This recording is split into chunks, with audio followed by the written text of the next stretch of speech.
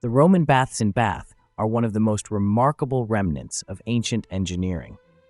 Imagine creating an elaborate spa complex without modern plumbing or heating systems. It's like trying to build a luxury resort with just a bucket and some hot stones. These ancient baths have survived through centuries, drawing fascination from visitors around the world. But how did the Romans manage to create such an advanced bathing complex without modern technology? Did they have some hidden ancient techniques, or was it pure Roman innovation? And the most burning question of all, did they really use togas as their bathrobes? Today, we're diving into the marvel of the Roman baths in Bath at History Galleries. And don't forget to hit that subscribe button. It's easier than filling a Roman bath with hot water. The Roman baths in Bath, England, are an ancient marvel that date back to around 70 AD, when the Romans, ever the masters of engineering, built a grand bathing and social complex over natural hot springs. Bath, known as Aquae Sulis back then, quickly became a significant town in Roman Britain, famed for its therapeutic waters, believed to have extraordinary healing properties. Imagine a town where the spa is the main attraction. No wonder the Romans flocked here. The Romans were geniuses at integrating their engineering prowess with local resources. They discovered the thermal springs and quickly recognized their potential, establishing the baths as a central feature of the town. The site wasn't just about getting clean. It included a temple dedicated to the goddess Sulis Minerva, reflecting the Roman practice of blending local deities with their own. It's like they say, if we're already in the business of relaxation, why not add a little divine intervention? Bathing was a crucial part of Roman culture, both for hygiene and social interaction. The baths served as a communal space where people of all classes could relax, exercise, and conduct business. Imagine a place where Roman soldiers, merchants, and local inhabitants could mingle, making it a melting pot of cultures and ideas. You could strike a business deal, gossip about the latest political scandal, or simply unwind after a long day of conquering territories. The significance of the baths persisted even after the Romans left Britain in the 5th century. Though the baths fell into disrepair, the legend of their healing waters endured, and Bath continued to attract visitors seeking cures for various ailments. The rediscovery and excavation of the Roman baths in the 18th and 19th centuries revealed the extent of Roman ingenuity and revitalized interest in this historical treasure. Suddenly, Bath was the place to be again, with people saying, if it's good enough for the Romans, it's good enough for us. The design and architecture of the Roman baths in Bath are a testament to Roman ingenuity and their knack for creating luxurious spaces. The complex was meticulously planned to take full advantage of the natural hot springs, ensuring a continuous flow of mineral-rich water into the baths. They really knew how to make the most of a good thing. The baths were divided into several sections, each serving a specific purpose. The main features included the Great Bath, a large pool lined with lead and surrounded by columns, the Tepidarium, a warm room for relaxing, the Caldarium, a hot room with a heated pool, and the Frigidarium, a cold room with a plunge pool. These areas were designed to provide a complete bathing experience, from hot to cold, promoting both cleanliness and relaxation. Talk about an ancient version of a luxury spa package. Roman engineers used a sophisticated hypocaust system to heat the baths. This underfloor heating system involved a network of tunnels and pillars that allowed hot air to circulate beneath the floors and walls, warming the rooms above. The floors were raised on small pillars called pilae, creating a space where hot air from a furnace could flow freely, providing consistent and efficient heating. Imagine having underfloor heating in the 1st century. The Romans were definitely ahead of their time. The use of arches and vaults in the architecture added to the grandeur of the complex and provided structural support, allowing for large open spaces without the need for numerous supporting columns. This design created an airy and spacious environment, enhancing the overall experience for bathers. They felt so relaxed that even stress had its own room to breathe. The Romans paid great attention to aesthetics. The baths were adorned with intricate mosaics, statues, and carvings reflecting the cultural and religious significance of the site. The temple of Sulis Minerva featured a gilded bronze head of the goddess, symbolizing the fusion of Roman and local religious practices. It's clear the Romans knew that a little bling goes a long way in creating an impressive atmosphere. One of the most impressive aspects of the Roman baths in Bath was their advanced water management system. The Romans expertly harnessed the natural hot springs, which produce over 1 million liters of water every day at a consistent temperature of around 46 degrees Celsius, 115 degrees Fahrenheit.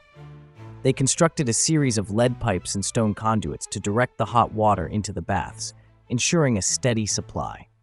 Think of it as ancient plumbing, but with a touch of Roman flair.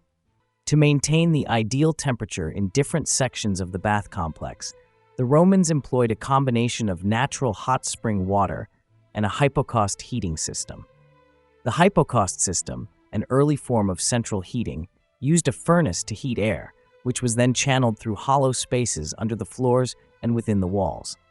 This method allowed for precise temperature control, creating warm, comfortable environments in the tepidarium and caldarium. It's like having a thermostat in the 1st century.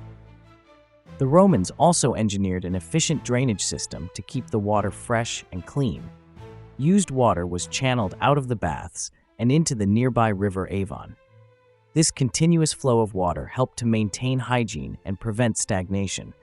Imagine having a spa day without worrying about the cleanliness of the water. The Romans had it all figured out. The Great Bath, the centerpiece of the complex, was lined with 45 sheets of lead to ensure it was watertight.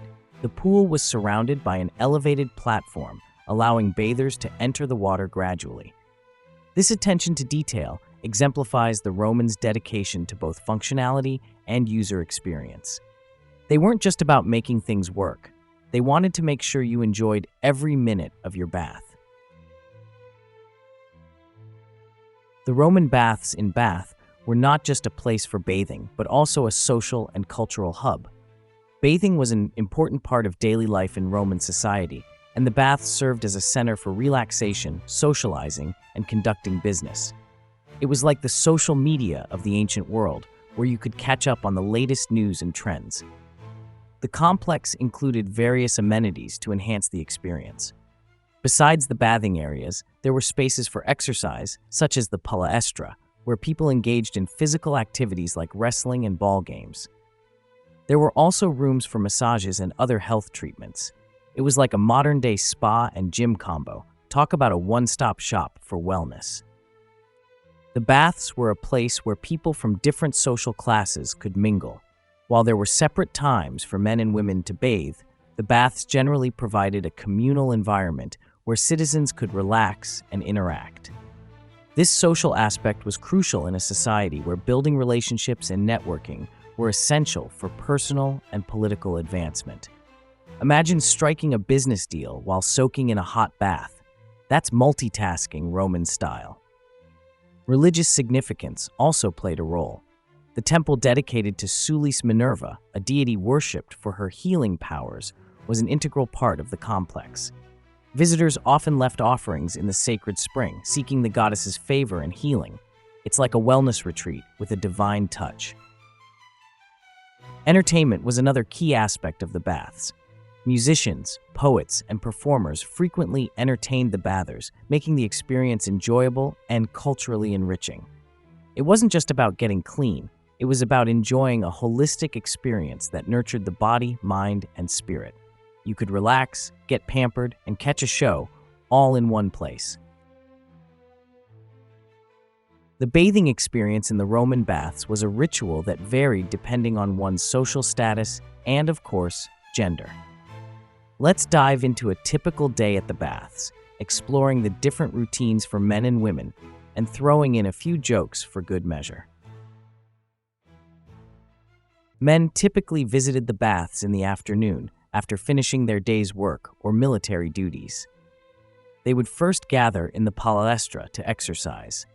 Picture a group of buff Roman soldiers and portly merchants wrestling, playing ball games, or lifting weights. It's like an ancient gym session, but with more togas and fewer protein shakes. After working up a sweat, they would move to the appetitorium, a changing room where they'd strip down and store their belongings. Don't worry, they had slaves to guard their stuff, the ancient version of a locker system, but with human security. Next, they'd head to the tepidarium, a warm room that served as a transitional space to prepare their bodies for the hotter temperatures. Here, they might chat about politics, gossip about the latest scandal, or just relax in the steamy atmosphere. It's like a sauna with a social twist. The caldarium, the hot room, was next. Men would soak in the hot pool, letting the warm water and steam open their pores. They'd often use strigils, curved metal tools, to scrape off dirt and sweat, a process that must have felt like a cross between a deep cleanse and a medieval torture device. But hey, beauty is pain, right? Finally, they would cool down in the frigidarium, a cold plunge pool that closed their pores and invigorated their senses. Some men would scream upon entering the icy water. Imagine the sound of a Roman soldier squealing like a child. Priceless. Women typically had separate hours for bathing, often in the morning. Their routine was similar to the men's, but with a few differences, reflecting societal norms and gender roles of the time. Women would also begin their visit in the appetitorium, where they'd change out of their stolas and into simpler bathing attire. No togas here, just practical garments for the spa experience. In the tepidarium, women would catch up on the latest gossip, discussing everything from household tips to romantic escapades. It was like a modern-day book club, if the book was a scroll and the wine was served by a toga-clad attendant. So what other Roman secrets are you curious about? Did they really use sponges as toilet paper? Drop a comment below, and don't forget to subscribe to History Galleries for more quirky tales from ancient Rome.